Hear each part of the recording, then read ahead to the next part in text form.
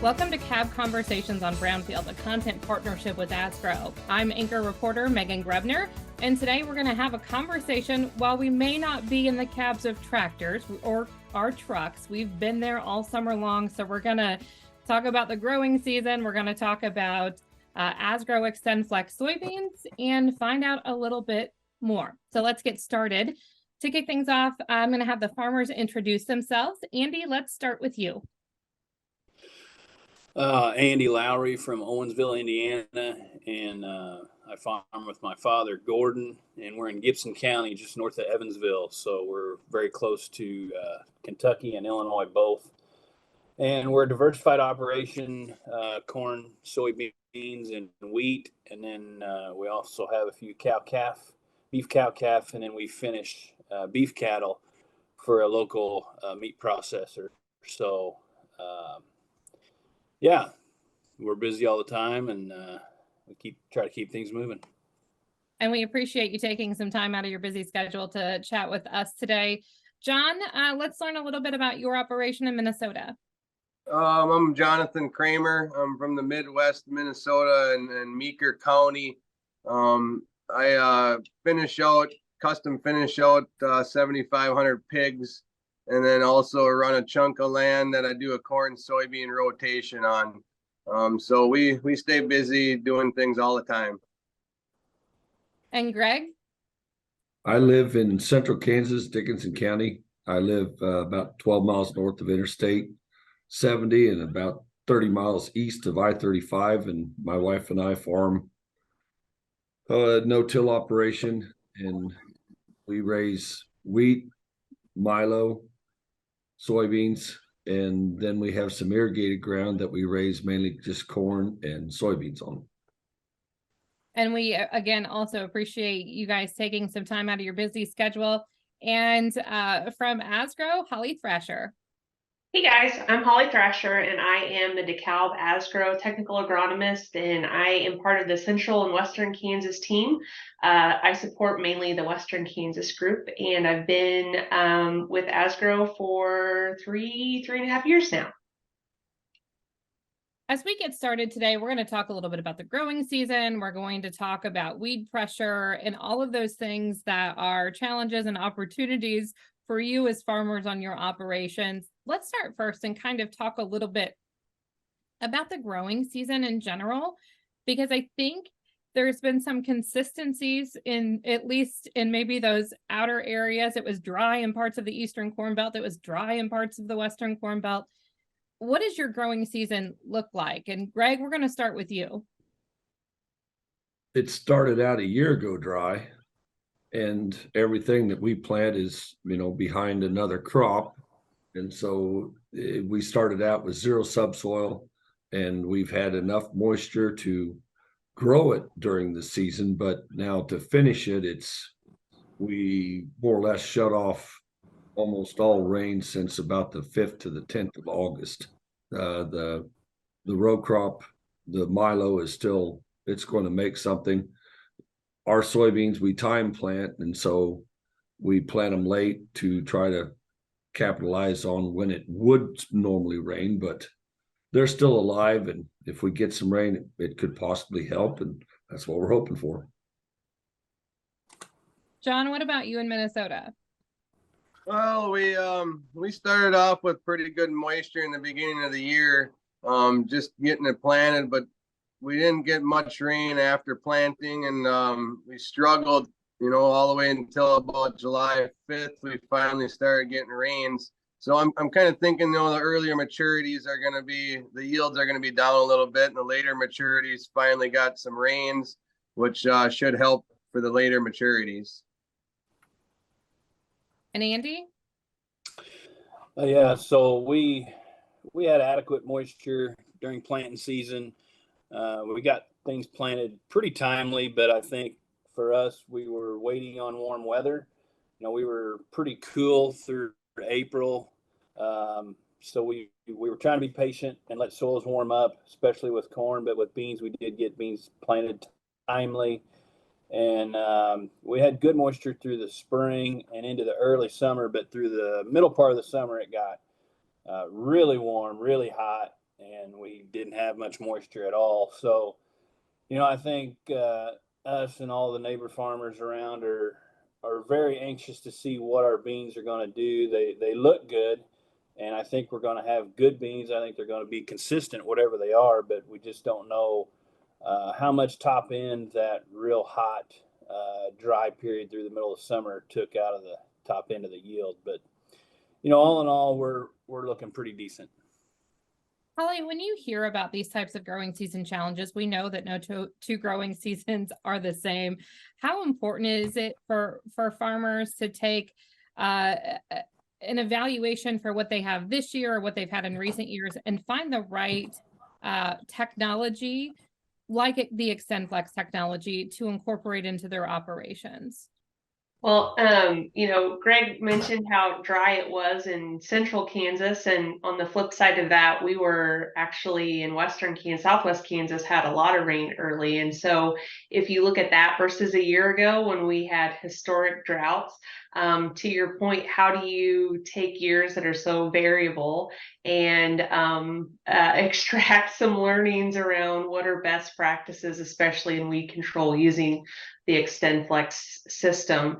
And I think the reality is that regardless of what weather brings for us, whether we're dry, whether we're cooler or wetter, is really around having a plan and working the plan. And that's what I really like about the system that we have in place is we have key timings that we want to target getting our herbicide program out to start clean, stay clean, all those really important things. And so ultimately it's about, regardless of what the year brings, having your plan in place and working through that the best that you can. And then just making the adjustments regardless, with whatever the season brings. When you talk about weed pressure, and I'll direct this one first to the farmers and we can come back, Holly. But as you look at your operations, John, what are the biggest challenges that you face in terms of weed pressure year in and year out? Mostly in our area is water hemp is the big challenge. I think it's probably for everybody. The key is just to stay on top of it every year and make sure that you're controlling them weeds before they get too big, is what I've always found out. Andy, what about you? Yeah, we're much the same. What John just said, the past several years, we've learned to be early and use residuals and start clean and stay clean. And of course, there's always some escapes, but trying to manage that and be timely is what we've tried to do. And, really the XtendFlex technologies has really helped us stay clean, and couldn't be more happy with that. Greg, do you face similar weed pressure in your part of the Western Corn Belt, or do you have different challenges? Our main culprit is Palmer Aramath, and it's getting much more difficult every pass to kill it even. And so it's the importance of early, stay clean, and multiple modes of action with the Liberty and XtendMax. And that's what works for us. So let's talk a little bit about your weed control system. Greg, since you brought up the XtendMax herbicide with Vapor Grip technology, what are some of the things that go into planning and what works for you in your operation? We plant late. I mean, we don't plant our soybeans until about the 10th of June. And so even though we have a deadline of the 1st of July, even if the ground's bare, we still go out and spray it. This year we have even shut the combine down just to go spray because the weather was right. And so that's the day we got to go spray. And so with that, the XtendMax and the Vapor Grip, we get, we buy ourselves another 2 weeks, which the soybeans grow and the weeds don't. And so then we come back over them with the Liberty later on in July and keep them clean.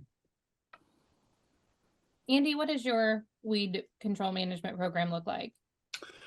Well, many years well, to be different than what was just said, we're targeting planting in April, and we're trying to get the beans planted early. And over the last several years, we've learned that getting our beans planted early and even before the corn, we're finding that being more profitable for us. So, depending on weed pressure and depending on how our winter went, sometimes we'll use tillage or a burn down.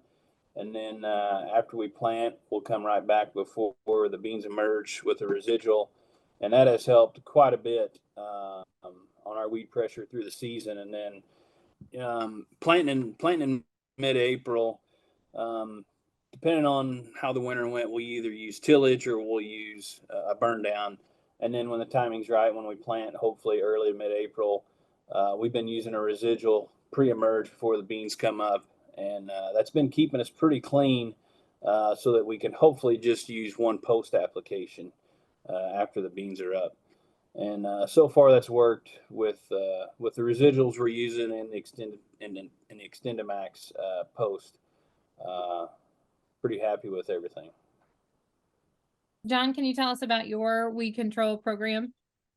Yeah, you know, if you stay on top of it year after year, I've been getting by with doing a tillage and then planting the soybeans. Coming back about 10 days later with the Xtend technology, gives you a little residual to getaways, 2 to 3 weeks sometimes. That way I can come back with just one post of Liberty, and usually the fields are pretty clean. If somebody has heavy weed pressure, I would recommend probably a prior to the Xtend, but I've been getting by with just Xtend and then coming back with Liberty later on as a post. Holly, let's talk a little bit about the benefits of using XtendMax herbicide with vapor grip technology. Mm-hmm. Yeah, absolutely. I mean, I think Andy, or you may have mentioned it, the soil residual, or maybe it was Greg. You know, if I think about using that as part of a system, I really do like that early residual that we get with the XtendMax and some of the soil activity there. But really, it's just the system approach to it, right? Going out there and thinking differently about not letting those weeds come on and get a little bit bigger before we hit them, and really utilizing a lot of residuals to make sure we never see them, but then also utilizing the XtendMax to hit stuff when it's small and really control those weeds, because we don't deal with water hemp yet, and I hope we don't have to. But to Greg's point, the palm are very, very difficult for us to control, and so we got to stay on top of it. For farmers who may have concerns about spraying dicamba, can you explain how the vapor grip technology helps control those drift issues? So with the vapor grip technology, ultimately what it's doing is buffering against those significant changes in the soil solution, or in the solution pH. And that's going to prevent the formation of a dicamba acid. So that's a long-winded way of saying that chemically it's helping us to, along with the adjuvant, it's helping us to reduce the potential dicamba volatility and any kind of off-target movement. I think it's also important to think about the fact that the vapor grip technology is great, but it needs to be combined with we've got rules around how we make these applications, and there's a reason for that. Those are going to additionally help us reduce any kind of drift issues. Let's talk a little bit more as we're looking at this weed control, and you've heard these farmers talk a little bit about their weed control program. Why is it so important to find the system or the program that works best for them? And how do technical agronomists and folks help farmers like Greg, John, and Andy get the system right and the program right for their operation? Well, you know, the 3 growers on here all have different approaches to whether they're going out and doing tillage, whether they're using a burn down, their planting times. And what I think that the system does is it allows a lot of flexibility in in what is your operation and how can we take this system and fit it the best to be successful on your farm. I'd be remiss without saying that the other thing that helps make this system successful is the Asgrow beans. So, you know, the traits and the herbicide technology and the system there is great, but I think it has to be partnered with beans that are going to perform well in your geography. And so bringing those two things together is kind of when the magic happens in the field.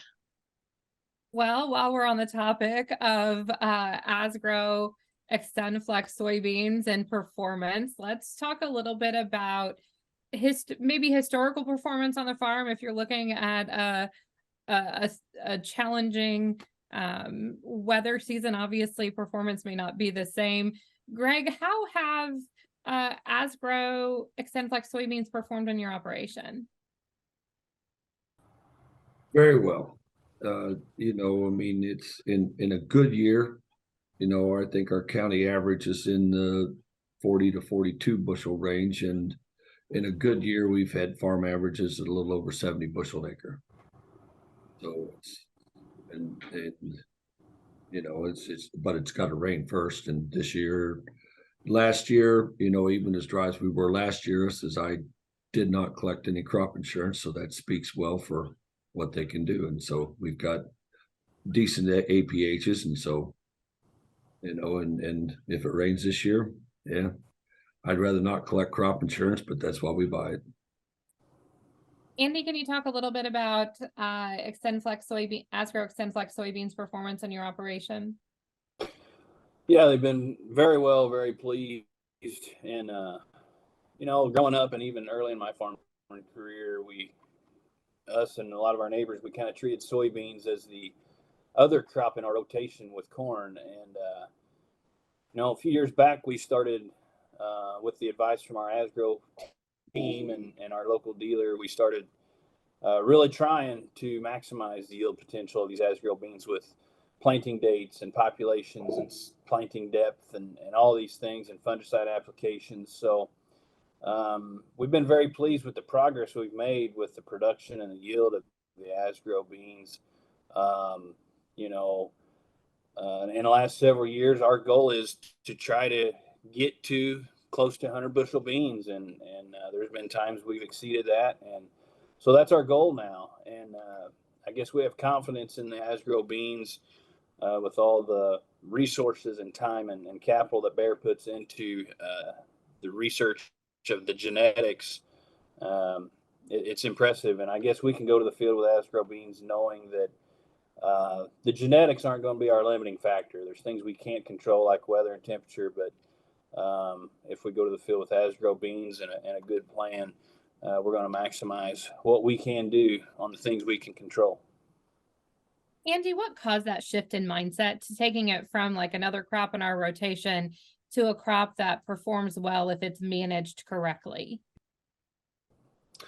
I just think, you know, tight margins in agriculture, period. It forced us all to think about what we could do differently and what we could do better. And again, you know, there for a long time, we planted the beans after we got all the corn in the ground, and we didn't really think much of it. It was just the other crop. But we're really putting a lot of effort into why we plant, when we plant, how deep we plant the beans, and then scouting the beans. And it does pay off. You know, the fungicide applications, we've seen a really good response from that, and insecticide application. And I guess we've proven that, you know, the Asgrow genetics, they have the ability to perform if you manage them correctly. And, you know, we've seen some really good top end out of these Asgrow beans if you take the extra steps to treat them like a crop. John, what about you? Yeah, I'm very satisfied with the XtendFlex soybeans that Asgrow has. We you know, the key, I think, in my area, we have a lot of hot alkali, so you got to know your soil types and know what is in your soil by getting soil samples so that you can place the correct variety according to the soil types and what's all in your soil is the key. Otherwise, the XtendFlex soybeans have really performed for me. I'm very satisfied in the yields. Just like Andy said, our goal is to get 100 bushel beans, and we ain't far from that in certain areas and certain fields, as long as you manage it right with fungicides and all that. So very satisfied with XtendFlex soybeans. How have you worked with your agronomic team and your technical agronomist to kind of like figure out what all is working and looking at the soil samples and that information as well? How has that all come together? Well, we get together every year and go through the yields and stuff.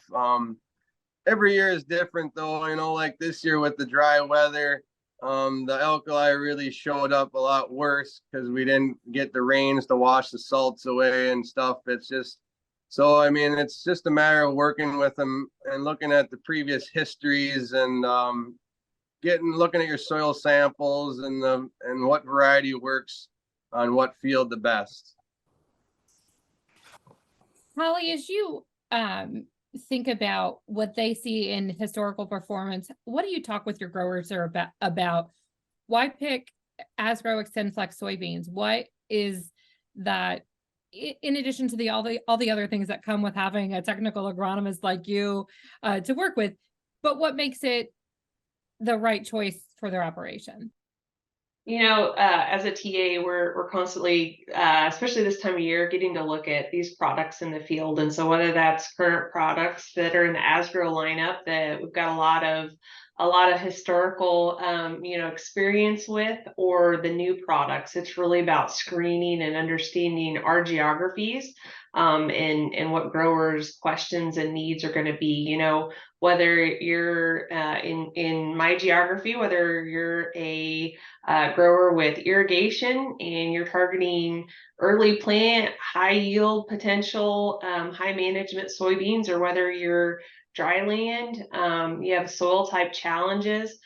We know within the geography that we cover a lot of those challenges and what they are. And so we work really hard to make sure we're testing the right products in the area, and that's what we're going to bring forward, because we always want to see the top end yield, but we want the stable products too, and so it's always really exciting when you're sitting down with the grower and they're they know the challenges on their farm, and they say, how's this going to handle my rolling sands, what's the standability on this going to be on some heavier soils, and you can offer them the solution because we have that background in knowing that these Asgrow beans will perform. I think the relationship between the agronomist and the growers are incredible. I know on our family's operation, there's that relationship matters in performance and overall. Can you talk a little bit too about how, like, thinking about products and disease pressures in the defensive agronomics that also are available through Asgrow XtendFlex products? Yeah, so there's obviously agronomic challenges that are diseases. So we don't deal with it in Kansas, but if you have white mold and that's an issue, or brown stem rot or frog eye leaf spot, some of those agronomic challenges for your geography, we're very picky about the products in the lineup that we want to support in the area are going to handle the diseases that we know that we may experience. Above that, though, I think that looking at things like the soil pH. Now, we deal with high pH in Kansas in areas, but on the flip side, folks may be dealing with low soil pH. And so how do the products that you're looking at handle that? Another challenge that you may have in Kansas, we have a lot of double crop soybeans. And so a big product selection question is it going to be sulfonylurea tolerant? Because after wheat, we may need to make sure we're planting a soybean that has that tolerance in it. So it's looking at all of those different things, and you know your area, you know what you typically deal with for challenges, and so that's what the TAs are focusing in on for the beans we want to support and grow in the area. You know, there's the disease pressure. We've talked about weed pressure today. One thing Bayer offers is that spray early weed control guarantee. Talk to me about why that early season weed control is, as guys are heading into harvest and thinking about planning for next year, matters so much. Well, I think this year was a prime example, and you know, start clean, stay clean. Why is that important? There's so much unpredictability in our growing season, right? We may plan for a specific time frame on when things are going to are going to happen in the field, but ultimately this year, like what we saw is a lot of rain events that if you were delaying some of your herbicide applications, you got pushed out really far, and those weeds just kept growing regardless of what Mother Nature was allowing us to get in the field and do those applications. So it's really about, I think it's making sure that we're making these systems work with the start clean and what we have put together with a plan on products that we would recommend in that application, and then how many days after that application do we want to make sure we're coming back with a post application as well. All right. So before I let everybody go, I have two questions for our farmers on the panel. My first question, so it's a two-parter, and it is one, how are your Asgrow XtendFlex soybeans looking heading into harvest? So maybe it's a three-part question. How far are you from harvest? Let's start there, and then I'll ask the follow-up. So John, I'm going to start with you. How are beans looking, and how far from harvest are you?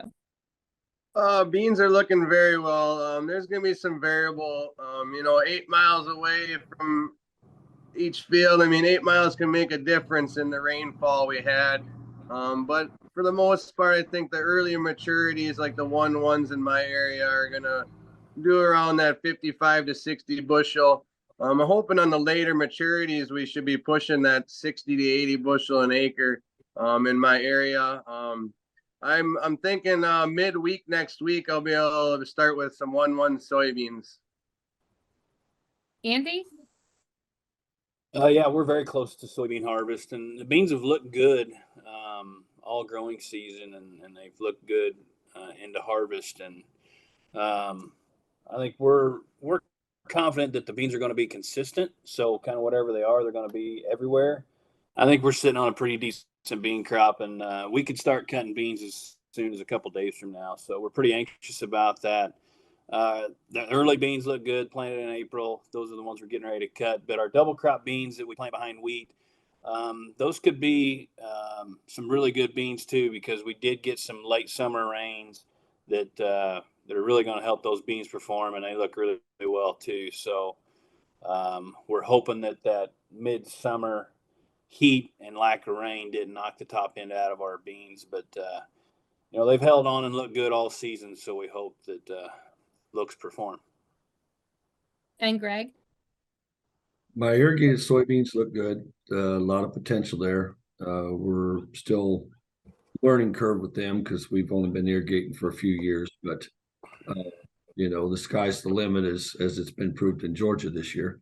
And so with that carrot in front of us, we've got a ways to go. But our dryland soybeans, they went 5 days of 105 to 115 degrees, and they survived that.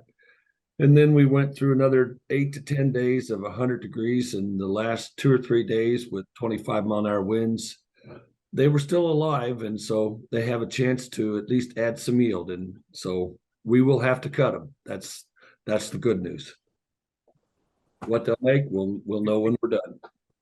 That 206 bushel world record is probably, Andy, if you're looking to hit that 100 bushel mark, how much does that drive you to get a little competitive and to look at practices to know that yield potential is out there?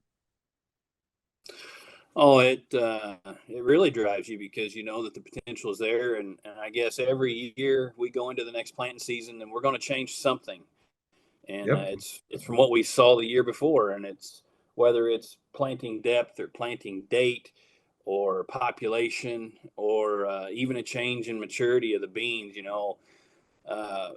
Growing up, we were about a group 4 to a mid group 4 beans, but it seems like in the past several years that mid group 3, anywhere from a 3.3 to 3.8, is kind of where our early beans are, and then our late beans were more towards a 4 or more maturity.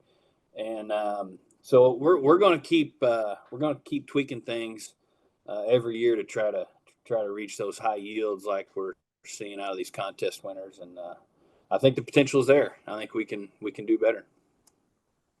Craig or John, any thoughts about how that drives your competitiveness to see what you can get out of your soybeans?